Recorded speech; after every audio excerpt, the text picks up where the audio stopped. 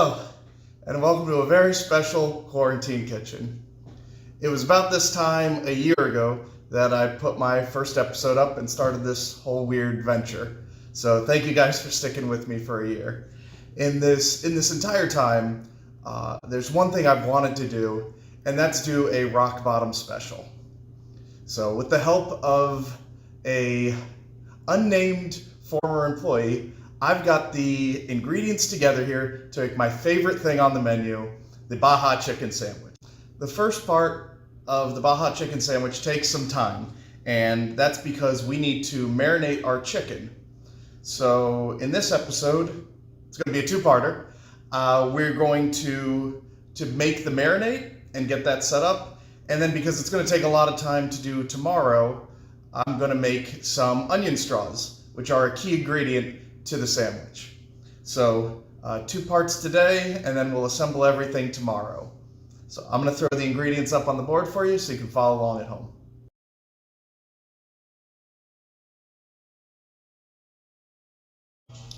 All right, so the first piece we're going to be preparing here is the chicken marinade. Now, I found that the easiest way of doing this is to put everything right in the bag itself. But since the bag isn't always super cooperative, I'm going to use my handy dandy coffee mug here. Put the bag right in and wrap it around the top so I've got a nice place for everything to go. First on our list is to zest a whole lime. So, I actually don't know how you would do this without a proper zester. I guess just take a sharp knife and be really careful. Now that I've got my naked lime and my cup full of zest, I'm gonna have the lime and just squeeze the hell out of it, get all that lime juice in the bag here. And I'm sure a good portion of it will be on my table. You're gonna wanna do this with an extra lime as well.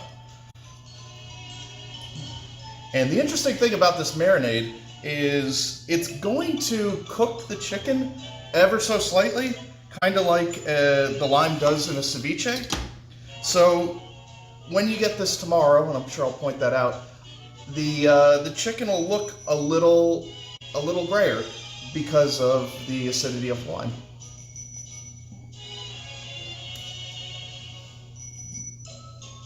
The recipe also calls for some minced garlic, and so I get to try something I've always wanted to, which is to take the garlic and try to tear it apart, there we are, and get all of the cloves into a Tupperware.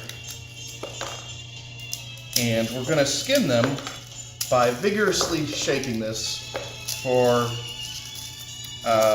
20 seconds, not minutes. Got it in there.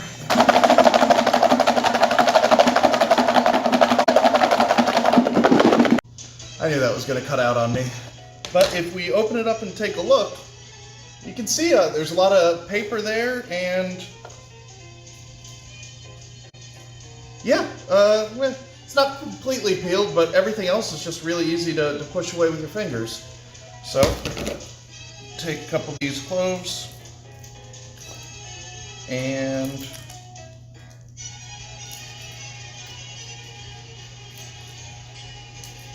we'll mince them up.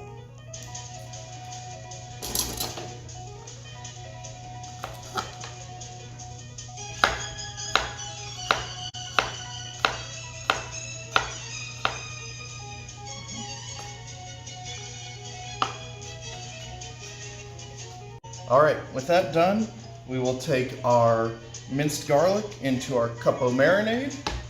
Gonna get liberal with some pepper here, and then do 2 tablespoons of olive oil, and most importantly, 2 tablespoons of Cholula sauce. If this ever all comes out. There we go. Apparently this was one of the secret ingredients I was missing from earlier times. So very happy for the heads up on this. Looking forward to it. All Alright, now we just need our...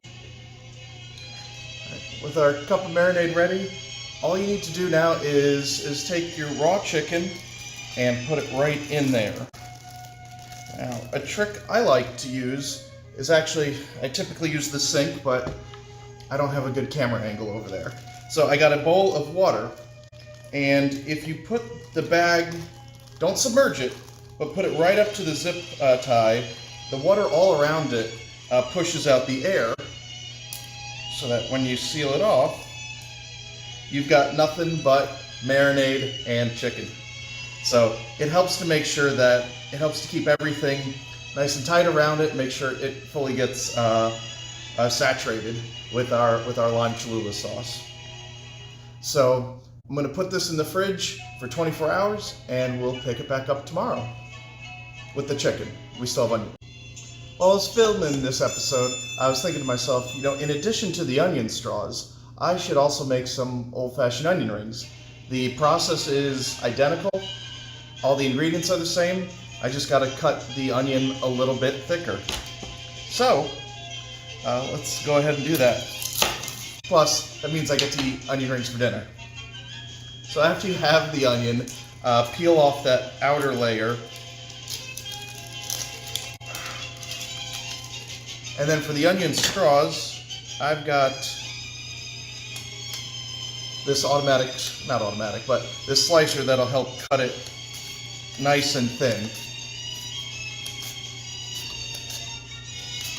And then for the onion rings, I'm just going to chop it manually and get a good half-inch thickness.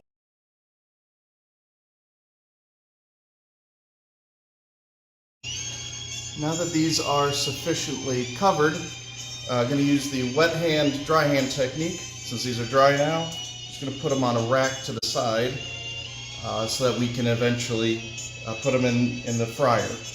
And I haven't mentioned this yet, but I'm going to be using my cast iron pan with a lot of canola oil to try and deep fry these. And we'll see how all that works. All right, so we did some of the onion ring size, now let's do the little ones. And there we go. Weird feeling. Alright, good and covered.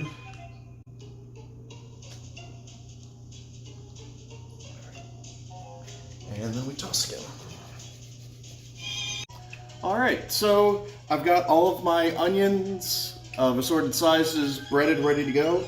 I actually had to use the entire bottle of canola oil in the on the iron skillet.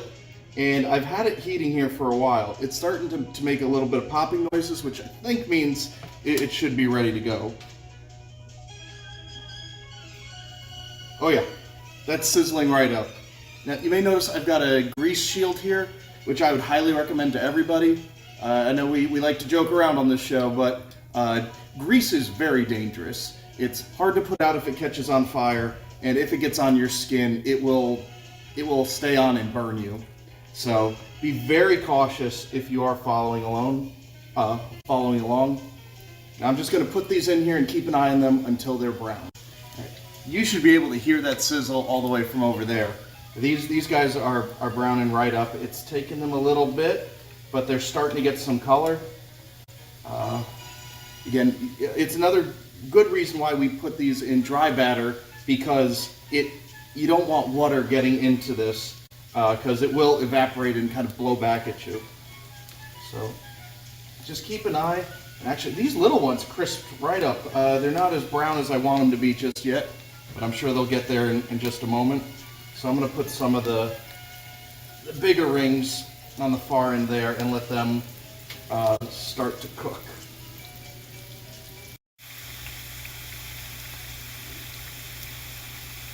For all the onion rings, I just kept an eye on them until they got to a color I'd like. Let's see. This is one that should have been an onion straw if I cut it right, but...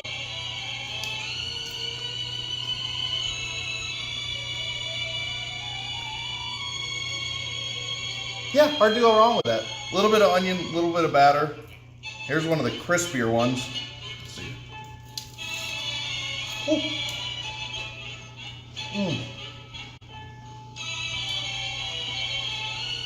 I think I should have left them in longer. Now the onion ring ones, they're starting to come apart. I think I should have double battered these.